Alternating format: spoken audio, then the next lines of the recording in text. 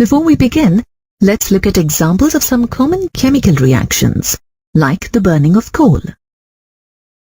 When coal is burned, the chemical energy stored in the molecules is released as heat or thermal energy. Another example is that of burning of fuel in a car engine. When the fuel burns in an engine, it converts the chemical energy to mechanical energy, propelling the car to move along the road. In both the examples, chemical energy, that is the energy stored in the bonds of atoms and molecules, is converted to other forms of energy. Thus, various forms of energy are interrelated, and under certain conditions, these may be transformed from one form to another. The branch of science that deals with the study of different forms of energy and the quantitative relationship between them is known as thermodynamics.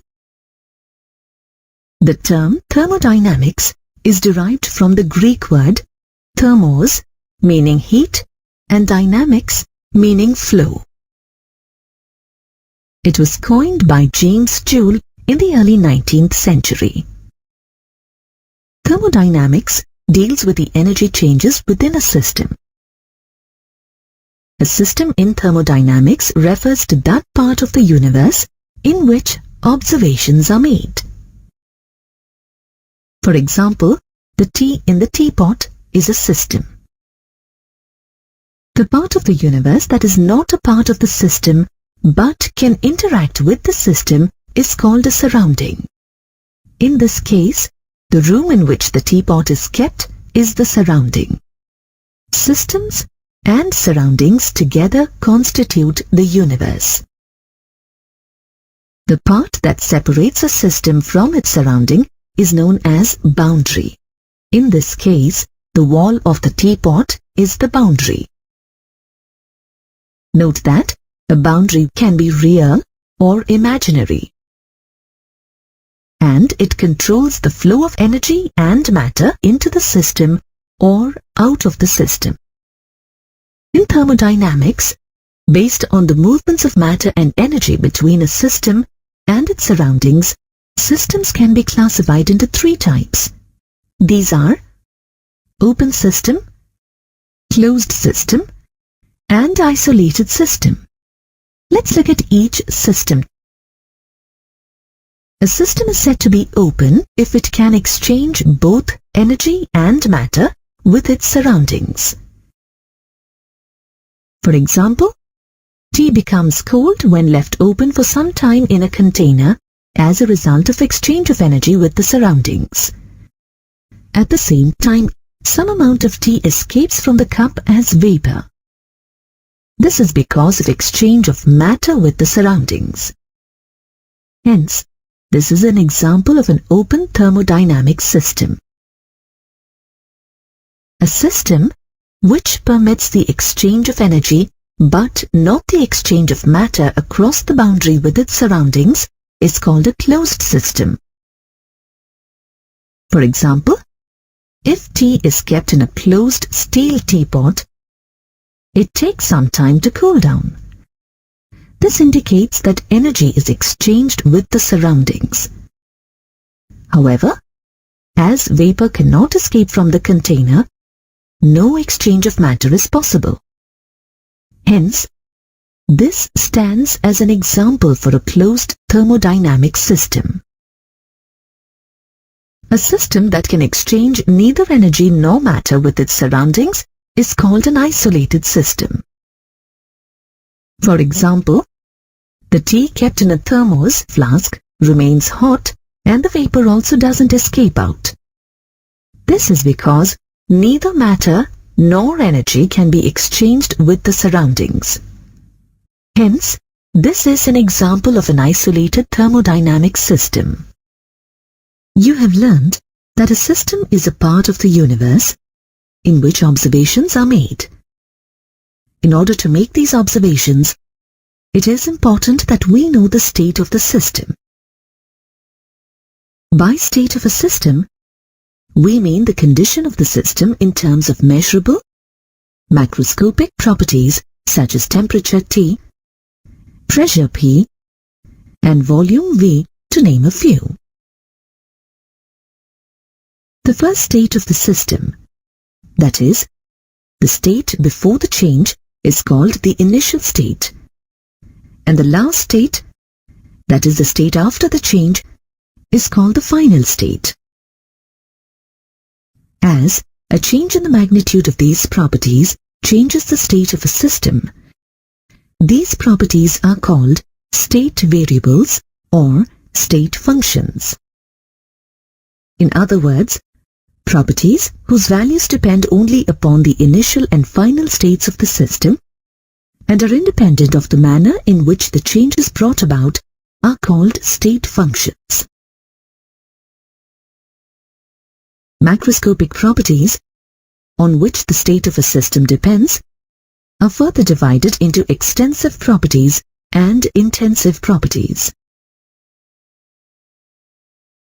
Extensive properties are properties that depend upon the quantity of the matter contained in a system. Examples of extensive properties are mass, volume, and heat capacity. For example, 200 milliliters of water takes up more volume than 100 milliliters of water. Intensive properties are properties that are independent of the amount of the substance present in the system. Some examples of intensive properties are temperature, pressure, freezing point, and boiling point. For example, boiling point is an intensive property because whatever be the quantity of water, it always boils at 100 degrees Celsius. When the state of a system changes, it implies that some thermodynamic process has occurred on the system, and energy has been either added to it or removed from it. The energy stored within a substance or a system is known as the internal energy of the system. In other words, internal energy is the sum of all the possible kinds of energy of a system. Internal energy is represented by capital U. The absolute value of internal energy cannot be found. However, change in it, represented by delta U, can be found. Internal energy U changes when work is done on or by the system. Heat passes into or out of the system. Matter enters or leaves the system. Let us discuss the change in internal energy brought out by work done on the system. Let us take a certain amount of water in a thermos flask or an insulated vessel that does not allow heat exchange with the surroundings. Such a system is called an adiabatic. The state of such a system changes without an exchange of heat, and thus the process is called an adiabatic process. In other words, delta Q is equal to 0. We can bring a change in internal energy in a system by two ways. In the first method, internal energy can be increased by doing some mechanical work. For example, by churning the water. Let UA be the initial internal energy of the system at temperature TA. After churning, internal energy changes to UB as temperature increases to TB. Thus, the change in internal energy is given by delta U is equal to UB minus UA. In the second method, internal energy can be increased by the same amount by doing electrical work. In this, an immersion rod is kept in water and the temperature before and after is measured. We find the change in temperature as TB minus TA. Hence, the change in internal energy, delta U, equal to UB minus UA. Thus, internal energy changes to the same extent either by doing mechanical work or electrical work, which indicates that it is independent of the manner in which the change is brought about. Therefore, internal energy is a state function. If work is done on the system, then U increases and W is considered as positive. On the other hand, if work is done by the system, then U decreases and W is considered as negative. A change in internal energy can also be brought out by the transfer of heat. Heat transfer takes place from the system to the surroundings, or vice versa. The exchange of energy due to temperature difference is called heat Q. Therefore, delta U is equal to Q. Q is positive if heat transfers from the surroundings to the system, and negative if heat transfers from the system to the surroundings. If heat transfers from the surroundings to the system, then internal energy increases, and hence Q is considered as positive. On the other hand, if heat transfer takes from the system to the surroundings, then internal energy decreases. That is, Q is negative.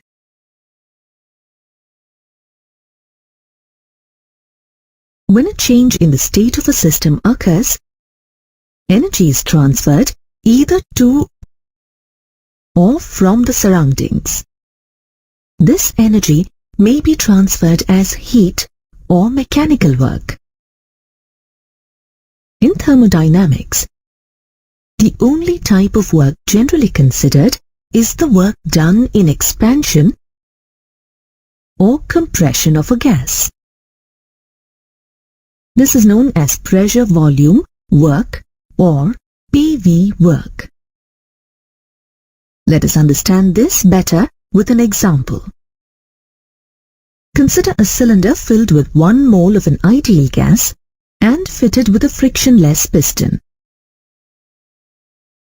Let's say the area of the cross-section of the cylinder is A square centimeter. The pressure of the gas inside the cylinder is P, and the volume of the gas inside the cylinder is VI.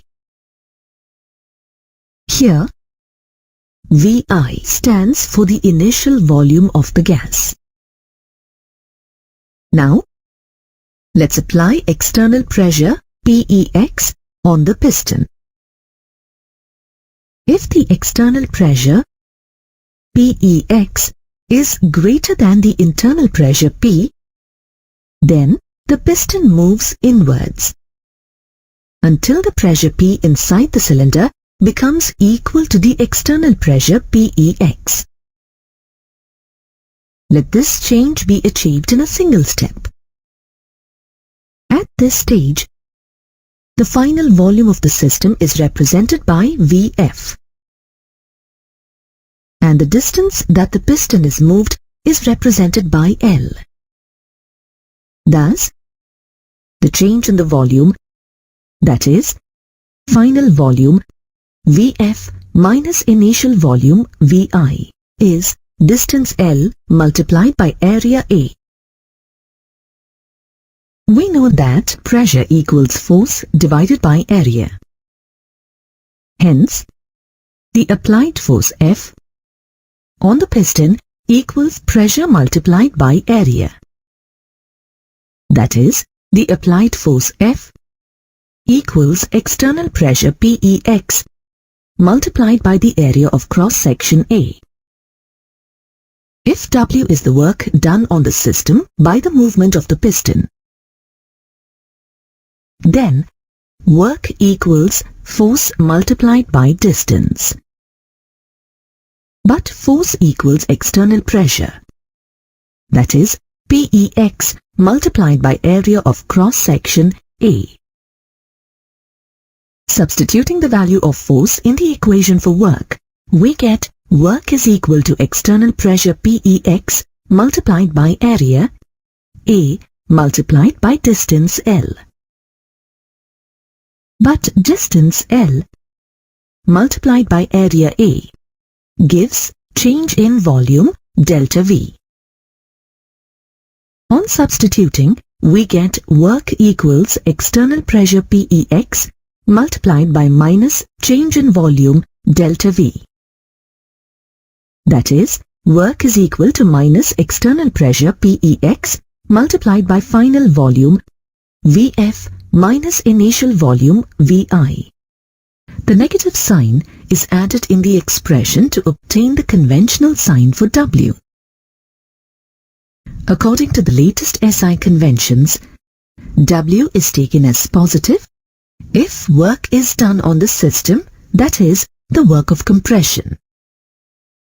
And W is taken as negative if the work is done by the system, that is, the work of expansion.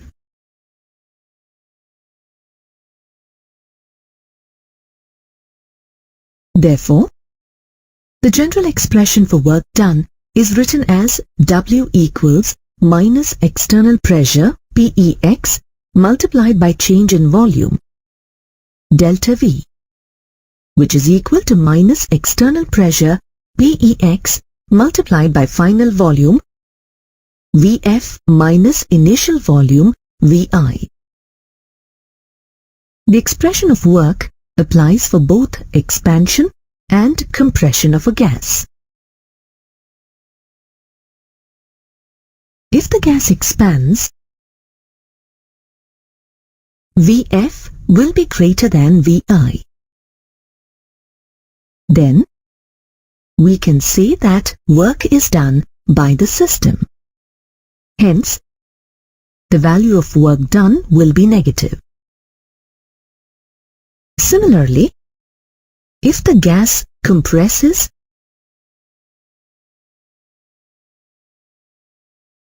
VF will be lesser than VI. On substituting the values of volume in the equation of work, we get a negative volume.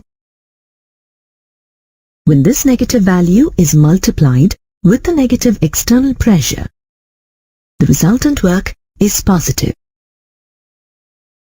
Then we can say that work is done on the system.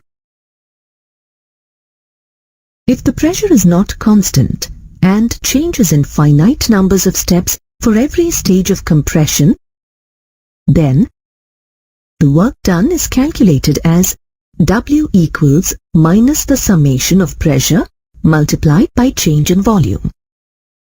When these values are plotted on a graph, the work done on the gas is visible in the shaded area.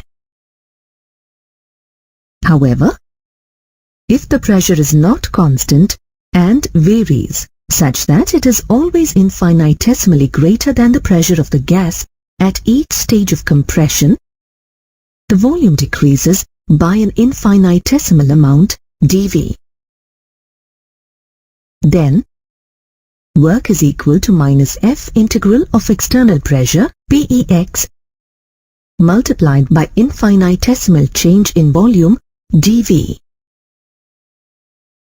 If gas expands, then the external pressure is always less than the pressure of the system. Thus, PEX at each stage is equal to the difference between the internal pressure P and infinitesimal change in pressure of the system dP. If gas is compressed, then the external pressure is always greater than the pressure of the system. Thus, the PEX at each stage is equal to the sum of the internal pressure P and infinitesimal change in pressure dP.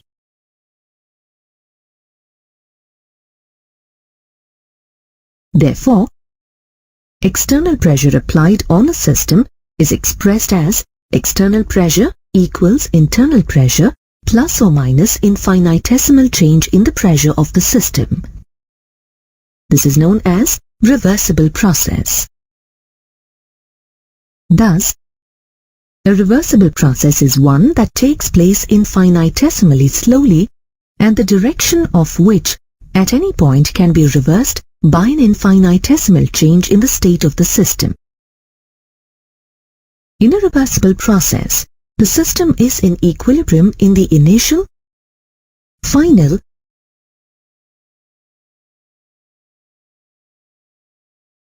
and all intermediate stages. To understand this, let's assume that there is a cylinder with a frictionless piston. Now, let's place few grains of sand above the piston and allow the gas to compress by adding 1 grain of sand at a time. Here, the process is so slow that it can be easily reversed by removing 1 grain of sand at any time. This is known as reversible process. Processes which are not reversible are known as irreversible processes. Under reversible conditions, the relationship between work and internal pressure is written as reversible work equals minus integral of external pressure PEX with respect to infinitesimal change in volume dV. We know that external pressure PEX equals internal pressure P in plus or minus infinitesimal change in pressure of the system dP. Thus, on substituting the values, we get the equation reversible work equals minus integral of internal pressure P in plus or minus infinitesimal change in pressure of the system dP multiplied by infinitesimal change in volume dV. As change in the pressure and volume are infinitesimally small, their product is still smaller. Therefore, the product of infinitesimal change in pressure dP and infinitesimal change in volume dV can be neglected. Hence, the final equation is reversible work equals negative integral of P in multiplied by infinitesimal change in volume dV. Now, if we represent pressure of the gas P in terms of the ideal gas equation, then we get PV equals nRT or P equals nRT divided by V. On substituting the value of P at constant temperature in the reversible work equation, we get reversible work equals minus integral of nRT multiplied by infinitesimal change in volume dV by V. Integrating and applying limits as Vi for initial volume and Vf for final volume, we get reversible work W rev is equal to minus nRT ln final volume Vf divided by initial volume Vi. On converting natural logarithm to base 10, we get reversible work W rev equals minus 2.303 nRT log Vf by Vi. If the gas expands in vacuum, external pressure PEX being 0 in the expression W is equal to minus PEX multiplied by delta V, W becomes 0. This is known as free expansion. No work is done during the free expansion of an ideal gas, whether the process is reversible or irreversible. We know that according to the first law of thermodynamics, the change in internal energy is represented as delta U equals Q plus W. On substituting the value of W in the above equation, we get delta U equals Q plus minus PEX multiplied by delta V. If the process is carried out at constant volume, delta V is 0. Therefore, work done is also 0. Hence, at constant volume, delta U equals QV, where QV is heat supplied at constant volume. We have learnt that if a process is carried out at constant volume, then the heat content is the same as the internal energy as no work is done. But most of the chemical reactions are carried out at constant pressure and not at constant volume. When a reaction is performed under constant pressure, then it may involve change in the volume. The energy change occurred during such reactions may not only involve change in internal energy but also do some work. To understand this, assume a chemical reaction occurring at a constant pressure. Let us assume that the reaction is exothermic and also involves gaseous substances. When the reaction proceeds at constant pressure, two possibilities arise. One possibility is that if the reaction is carried out with increase in volume, then the system has to expand against atmospheric pressure and energy is required to perform this act. As some of the energy has to be utilized for this purpose, the heat evolved in this case would be a little less than the heat evolved at constant volume conditions.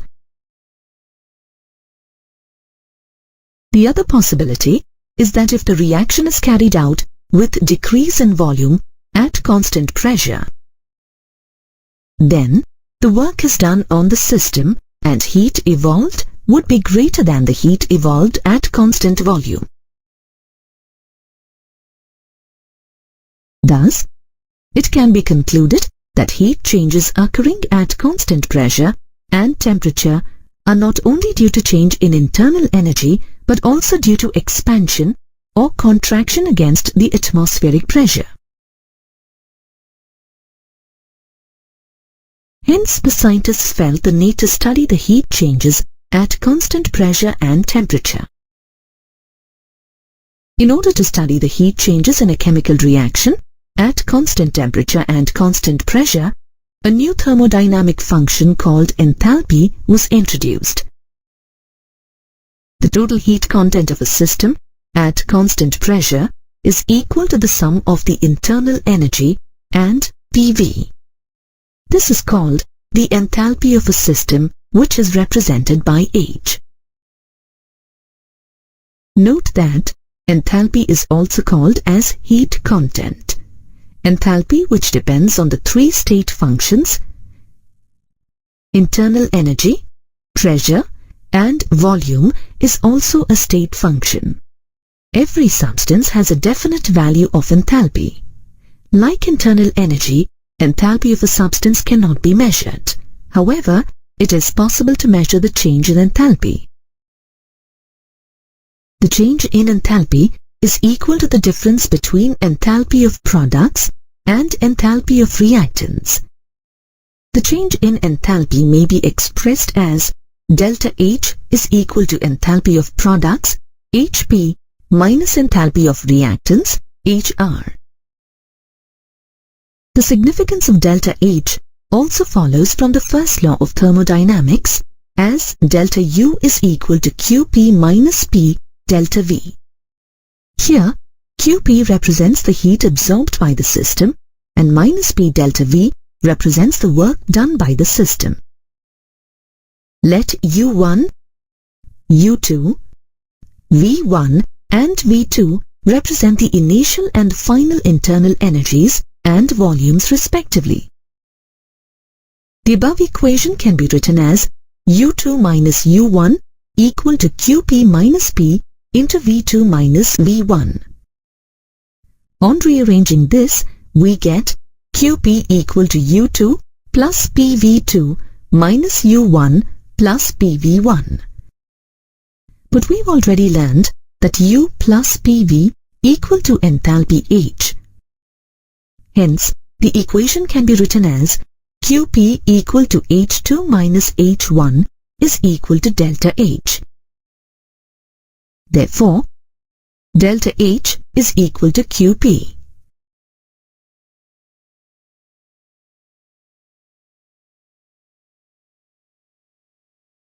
For finite changes at constant pressure, we can write the equation as delta H is equal to delta U plus delta PV.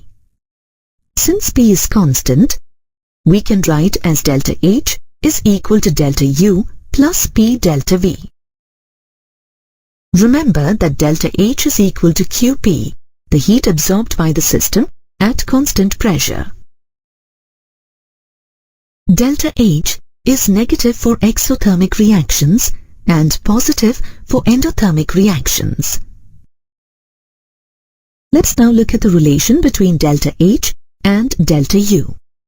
When we deal with solids and liquids, the difference between the change in internal energy, delta U, and enthalpy, delta H, is not significant. This is because solids and liquids do not show significant change in the volume when heated. Thus, if change in volume, delta V, is insignificant, it implies that change in enthalpy, delta H, equals change in internal energy, delta U. The difference between the change in internal energy and enthalpy becomes significant when gases are involved in the reaction. Let's consider a chemical reaction occurring at constant temperature, T, and constant pressure, P. Now, let's say that the volume of the reactants is VA and the number of moles in the reactants is Na. Similarly, the volume of the products is VB and the number of moles in the product is NB. We know that according to the ideal gas equation, PV equals nRT. Thus, for the reactants, PVA equals NART, and for the products, PVB equals NBRT. Thus, PVB minus PVA equals NBRT minus NART, or PVB minus VA is equal to NBRT minus NART, or PVB minus VA equal to NB minus NART. That is, pressure P multiplied by change in volume, delta V equals change in number of moles of gas, delta N GRT. Note that delta N is the number of moles of gaseous products minus number of moles of gaseous reactants. We learned that change in enthalpy delta H equals change in internal energy delta U plus product of pressure P and change in volume delta V. On substituting the values, we get change in enthalpy delta H equals change in internal energy delta U plus change in number of moles of gas delta N GRT. This relation helps us in calculating the change in enthalpy from change in internal energy and vice versa. Now let's learn about heat capacity. The capacity to absorb heat energy and store it is known as the heat capacity of a system. The heat absorbed by the system appears as rise in temperature.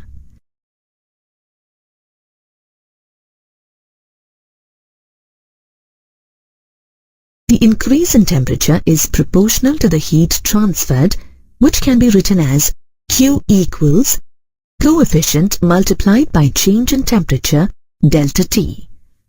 Note that the value of the coefficient depends on the size, composition, and nature of the system.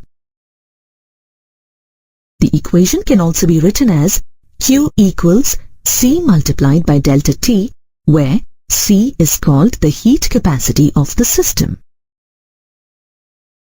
If Q calories is the heat absorbed by the system and the temperature rises from T1 to T2, the heat capacity C is given by the expression C equal to Q by T2 minus T1.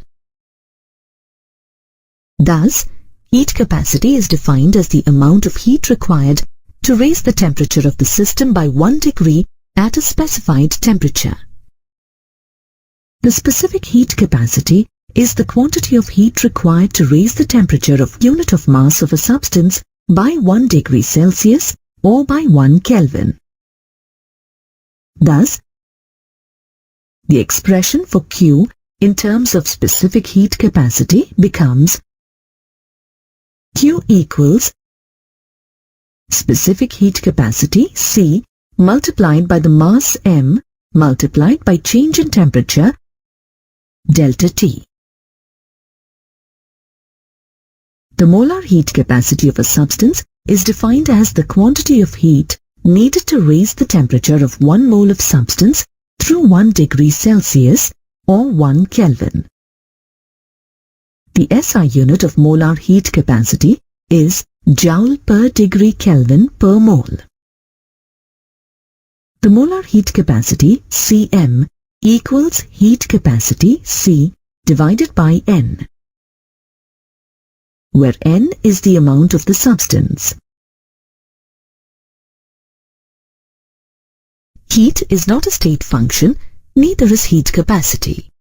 Hence, it is necessary to specify the process by which the temperature is raised by 1 degree. The two important types of molar capacities are molar heat capacity at constant volume and molar heat capacity at constant pressure. Let us see the relation between molar heat capacity at constant volume, which is denoted by Cv, and molar heat capacity at constant pressure, which is denoted by Cp.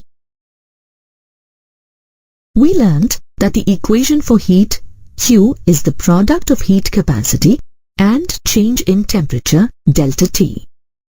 Therefore, at constant volume, heat, Qv, equals product of heat capacity at constant volume, Cv, and change in temperature, delta T. But the heat absorbed at constant volume is equal to change in internal energy. Thus, Cv into delta T can be written as equal to delta U. Similarly, at constant pressure, heat Qp equals product of heat capacity at constant pressure, Cp, and change in temperature delta T. We have seen that at constant pressure the heat absorbed by the system is equal to the change in enthalpy. Hence, Cp into delta T can be written as equal to delta H. The difference between Cp and Cv for 1 mole of an ideal gas can be derived as follows. The change in enthalpy for 1 mole of an ideal gas can be written as delta H equals delta U plus delta PV. For 1 mole of an ideal gas, PV is equal to RT. Hence, the equation can be written as delta H equals delta U plus delta RT. As R is constant, the equation can also be written as delta H equal to delta U plus R delta T. On substituting the values of delta H and delta U in the equation, we get Cp multiplied by delta T equals Cv multiplied by delta T plus R delta T. Since delta T is equal to 1, we can write the equation as Cp equal to Cv plus R, or Cp minus Cv is equal to R. Calorimetry is an experimental technique that involves the measurement of heat changes associated with physical or chemical processes. In laboratory, such changes are measured in a calorimeter. These measurements are generally carried out under two conditions: at constant volume, QV, and at constant pressure, QP. The experimental technique of calorimetry actually involves two steps. First step is the determination of heat capacity of a calorimeter. The second step involves the determination of the change in temperature during the completion of the reaction, assuming that it is an insulated system and no heat is exchanged with the surroundings. Let us first discuss the measurement of heat change at constant volume, or the internal energy change, delta U. The reactions that can be most easily studied under constant volume conditions are the combustion reactions, and the apparatus used for this purpose is called the bomb calorimeter. It consists of a sealed constant volume steel container known as the bomb, in which the reaction takes place. The bomb can withstand high pressures. A known mass W grams of a combustible substance is placed in the bomb, and oxygen under high pressure is introduced into the bomb. The sealed bomb is then immersed in a known amount of water contained in an insulated container.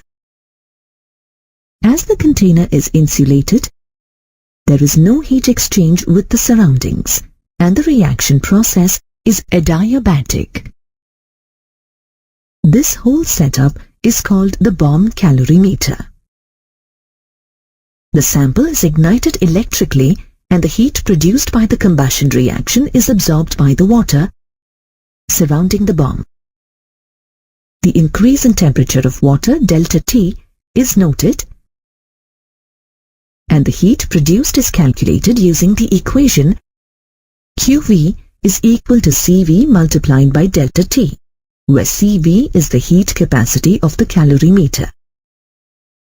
The measure of a bomb calorimeter's heat-absorbing property is called its heat capacity. Each bomb calorimeter differs from all others in its ability to absorb or release heat. The heat capacity of each bomb calorimeter is determined experimentally.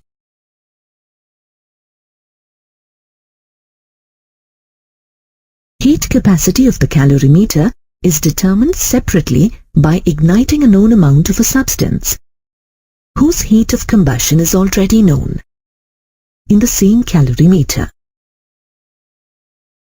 And CV is equal to C multiplied by M, where C is the specific heat of water and is equal to 4.184 joules per Kelvin per gram, and M is the mass of water. Actually, heat capacity of the calorimeter or the system is the sum of heat capacity of the bath, that is water, and the heat capacity of the bomb, that is the metal. Water has high value of heat capacity as compared to the metal of the bomb. Thus, heat capacity of the metal is neglected, and the heat capacity of the calorimeter is taken as the heat capacity of only the bath. This QV expressed above is the heat evolved when combustion of W grams of the substance takes place.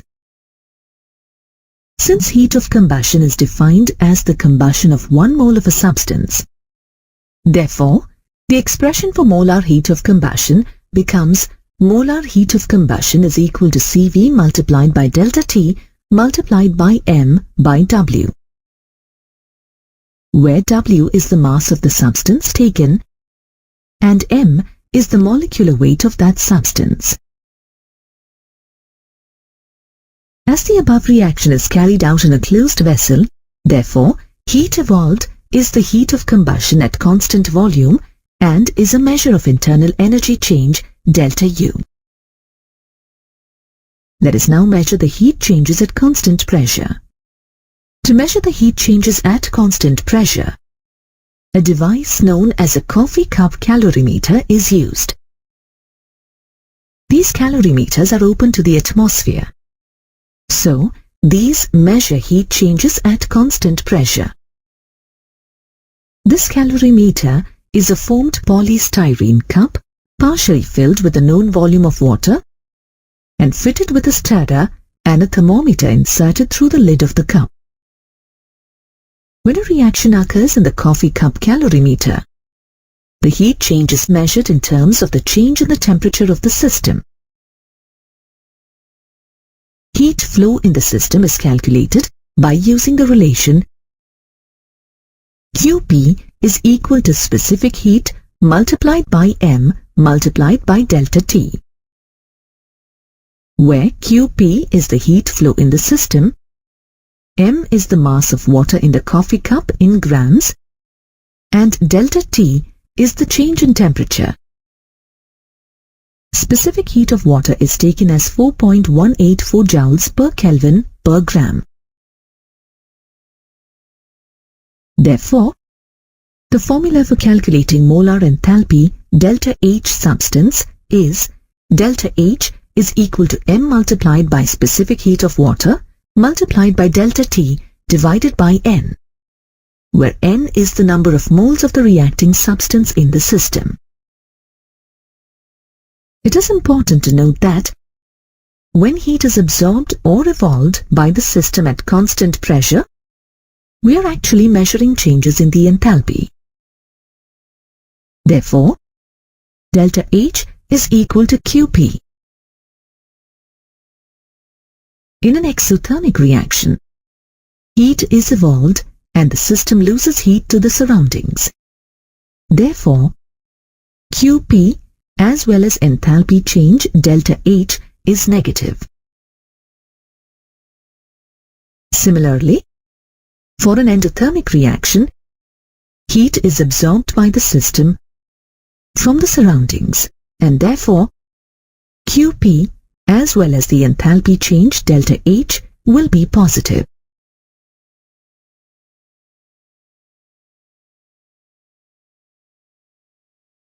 The enthalpy change that accompanies a reaction is called reaction enthalpy or enthalpy of reaction.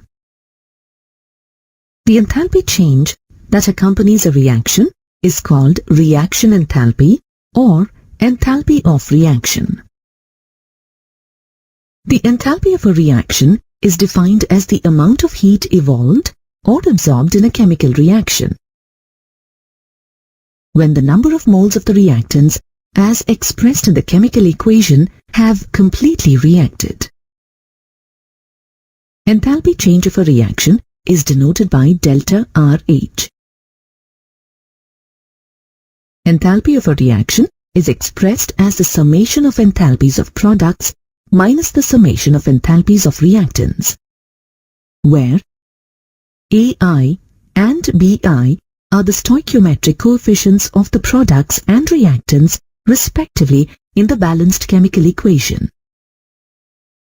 For example, the enthalpy changes for the reaction of 1 mole of methane with 2 moles of oxygen forming 1 mole of carbon dioxide and 2 moles of water may be represented as follows.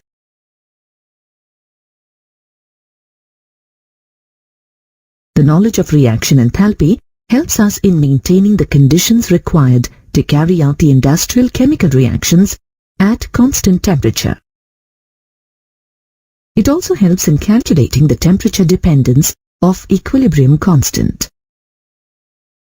The enthalpy of any reaction depends on the conditions under which it is carried out.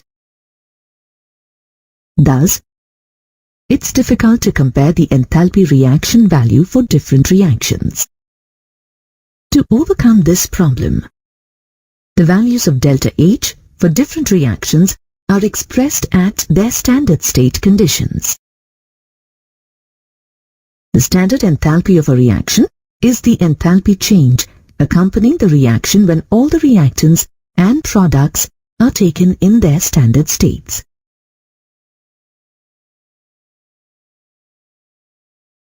A substance is said to be in a standard state when it is present in its most pure state under a pressure of 1 bar at a specified temperature. In other words, when the enthalpy of a reaction occurs at 1 bar pressure and specified temperature, it is called standard enthalpy.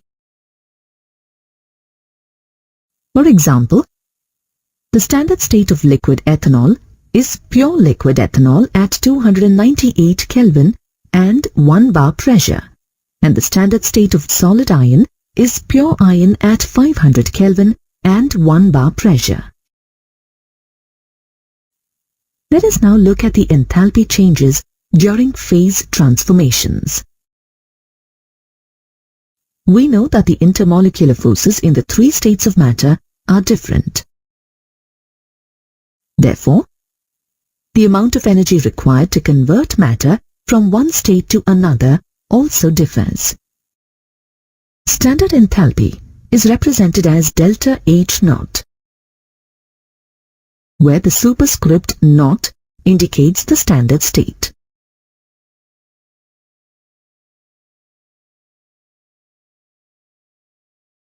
The process by which matter is converted from one state into another is known as phase change or phase transition.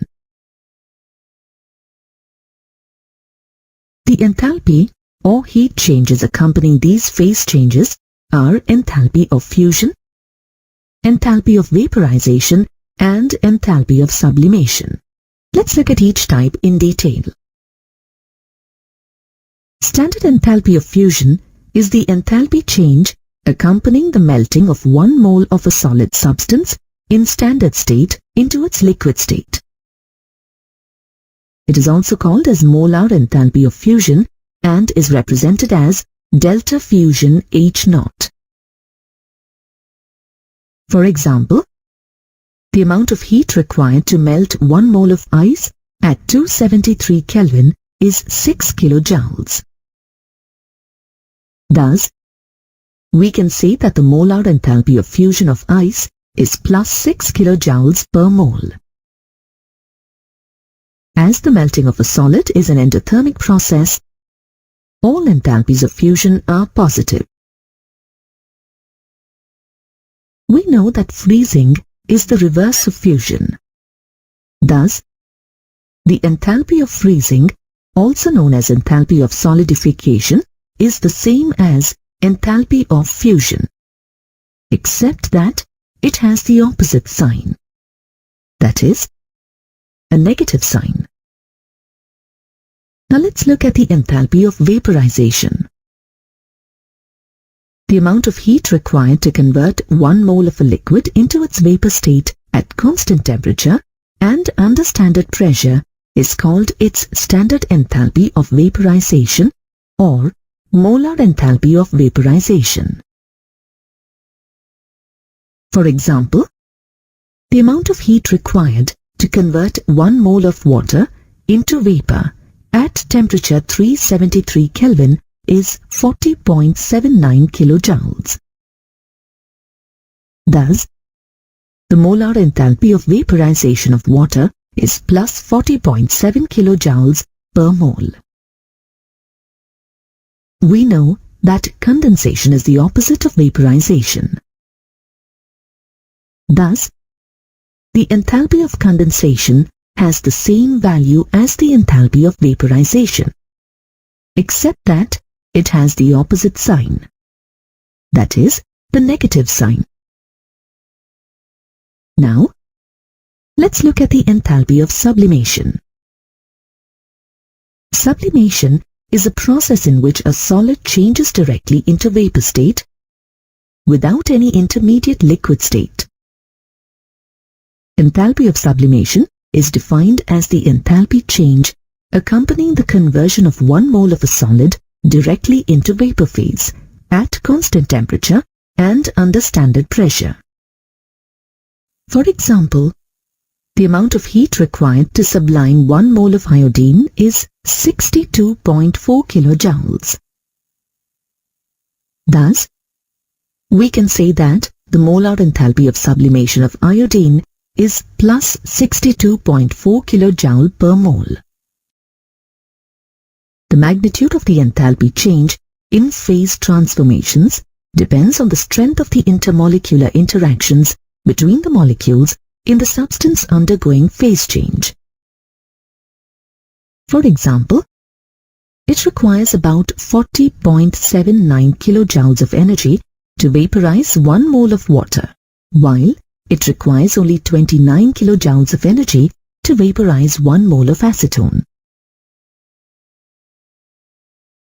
This can be explained in accordance to the fact that the water molecules are held together in the liquid state through hydrogen bonding, while the acetone molecules are held together only through weaker dipole-dipole interactions. Thus, it requires less heat to vaporize 1 mole of acetone than 1 mole of water.